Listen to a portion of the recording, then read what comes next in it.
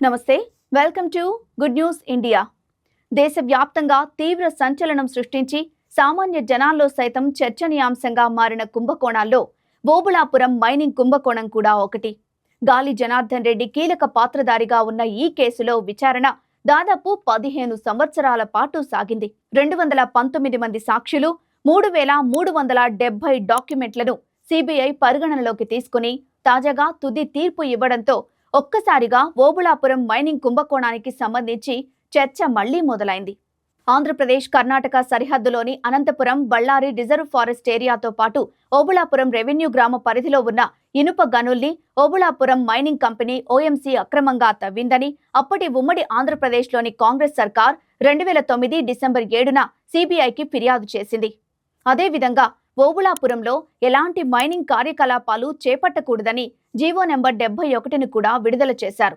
42,000 కోట్లకు పైగా అక్రమాలు జరిగాయని ఆరోపణలు వచ్చిన ఈ కేసు అప్పట్లో దేశవ్యాప్తంగా చర్చకు కారణమైంది. ఈ మేరకు రంగంలోకి దిగిన సిబిఐ అధికారులు విచారణ ప్రారంభించారు. గాలి జనార్దన్ రెడ్డి, బివి శ్రీనివాసరెడ్డికి చెందిన ఓబుళాపురం మైనింగ్ కంపెనీకి 95 హెక్టార్ల ఇనుప ఖనిజం గనులు లీజుకు కేటాయిస్తూ 2007 జూన్ 18న వైఎస్ రాజశేఖర్ రెడ్డి నేతృత్వంలోని కాంగ్రెస్ ప్రభుత్వం ఉత్తర్వులు జారీ చేసింది. అయితే ఇనుప ఖనిజం తవ్వకాలు, రవాణా, అమ్మకాల్లో అక్రమాలు జరిగాయన్న ఆరోపణలపై 2009 డిసెంబర్ 7న ఐపీసీ, అవినీతి నిరోధక చట్టం, అడవి, గనులు, ఖనిజాల చట్టాల కింద సిబిఐ కేసు నమోదు చేసింది. లీజుల కేటాయింపులో గాలి జనార్దన్ రెడ్డి, బివి శ్రీనివాసరెడ్డికి అప్పటి గనుల శాఖ మంత్రిగా ఉన్న సబితా ఇంద్రారెడ్డి, పరిశ్రమల శాఖ కార్యదర్శులుగా చేసిన కృపానందం, శ్రీలక్ష్మి, డైరెక్టర్ రాజగోపాల్, లింగారెడ్డి సహకరించినట్లు సిబిఐ వెల్లడించింది. ఓబుళాపురం, మల్పనగుడి గ్రామాల్లో 68.5 హెక్టార్లు, 39.5 హెక్టార్లలో ఇనుప గనుల లీజులను ఎంఓసీకి అక్రమంగా కేటాయించారని సిబిఐ అధికారులు తేల్చారు. అయితే ఈ లీజులు అప్పటి ముఖ్యమంత్రి వైఎస్ రాజశేఖర్ రెడ్డి పాలనలో అనుకూలంగా జరిగాయని, ఓఎంసీకి మాత్రమే లబ్ధి చేకూర్చేలా నిర్ణయం తీసుకున్నారని సిబిఐ వెల్లడించింది. గనుల నుంచి ఇనుప ఖనిజాన్ని అనుమతించిన పరిమితుల కంటే ఎక్కువగా తవ్వి కర్ణాటకలోని అటవీ భూముల్లో కూడా అక్రమ తవ్వకాలు జరిపారని, దీంతో ప్రభుత్వానికి 884.13 కోట్ల మేర నష్టం వాటిల్లిందని విచారణలో వెల్లడైంది. నకిలీ పత్రాల్ని సృష్టించి బళ్ళారి నుంచి తవ్విన ఇనుప ఖనిజాన్ని ఓబుళాపురం నుంచి వచ్చినట్లుగా చూపించారని ఆరోపించారు. ఐఏఎస్ శ్రీలక్ష్మి, అప్పటి గనుల శాఖ మంత్రి సబితా ఇంద్రారెడ్డి అధికార దుర్వినియోగం చేసి ఎంఓసీ లీజులు మంజూరు చేయడంలో నిబంధనలు ఉల్లంఘించారని పేర్కొన్నారు. ఇనుప ఖనిజాన్ని అక్రమంగా విదేశాలకు తరలించి కోట్ల రూపాయలు కూడబెట్టుకున్నట్లు సిబిఐ ప్రధాన అభియోగం.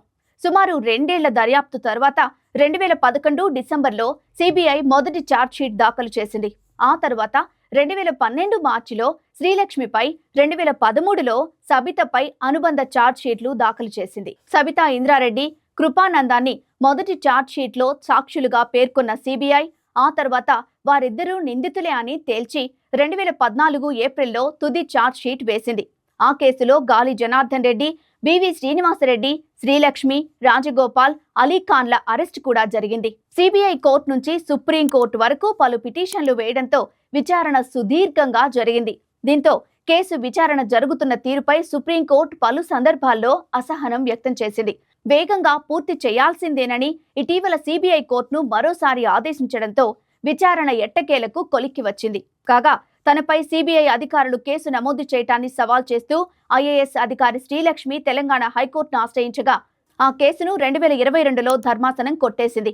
సిబిఐ కేసు ఆధారంగా ఈడీ కూడా ఈ కేసులో ఇన్వాల్వ్ అయింది. అదే కేసులో గాలి జనార్దన్ రెడ్డి బెయిల్ కోసం సిబిఐ కోర్టు అప్పటి జడ్జి పట్టాభికి లంచం ఇచ్చారన్న మరో కేసు ఏసీబీ కోర్టులో విచారణ జరుగుతోంది. అలానే కేసు విచారణ జరుగుతుండగానే 5వ నిందితుడిగా ఉన్న ఆర్ లింగారెడ్డి మరణించారు. ఎట్టకేలకు ఓబుళాపురం మైనింగ్ కేసులో సిబిఐ కోర్టు సంచలన తీర్పు ఇచ్చింది. 15 ఏళ్ల పాటు సుదీర్ఘ విచారణ అనంతరం ఈ కేసులో మొత్తం 5గురిని దోషులుగా, 2ని నిర్దోషులుగా ప్రకటించింది. ఈ కేసులో ప్రధాన నిందితులైన గాలి జనార్దన్ రెడ్డి, బివి శ్రీనివాసరెడ్డి, మెఫల్ అలీఖాన్, అప్పటి డైరెక్టర్ విడి రాజగోపాల్ ని దోషులుగా నిర్ధారిస్తూ శిక్షలు ఖరారు చేసింది. గాలి జనార్దన్ రెడ్డి సహా 4గురికి 7 ఏళ్ల పాటు జైలు శిక్ష ఖరారు చేసింది. అలాగే దోషులకు 10,000 చొప్పున జరిమానా కూడా విధించింది. ఈ కేసులో దోషిగా తేలిన ఓబుళాపురం మైనింగ్ కంపెనీకి 2 లక్షల జరిమానా విధించింది. జరిమానా చెల్లించకపోతే అదనంగా మరో ఏడాది జైలు శిక్ష అనుభవించాల్సి ఉంటుందని కోర్టు స్పష్టం చేసింది. కాగా ఈ కేసులో అప్పటి గనుల శాఖ మంత్రిగా ఉన్న సబితా ఇంద్రారెడ్డికి ఉపశమనం లభించింది. ఆమెతో పాటు అప్పటి పరిశ్రమల శాఖ కార్యదర్శి కృపానందకు సిబిఐ కోర్టు నిర్దోషులుగా ప్రకటించింది.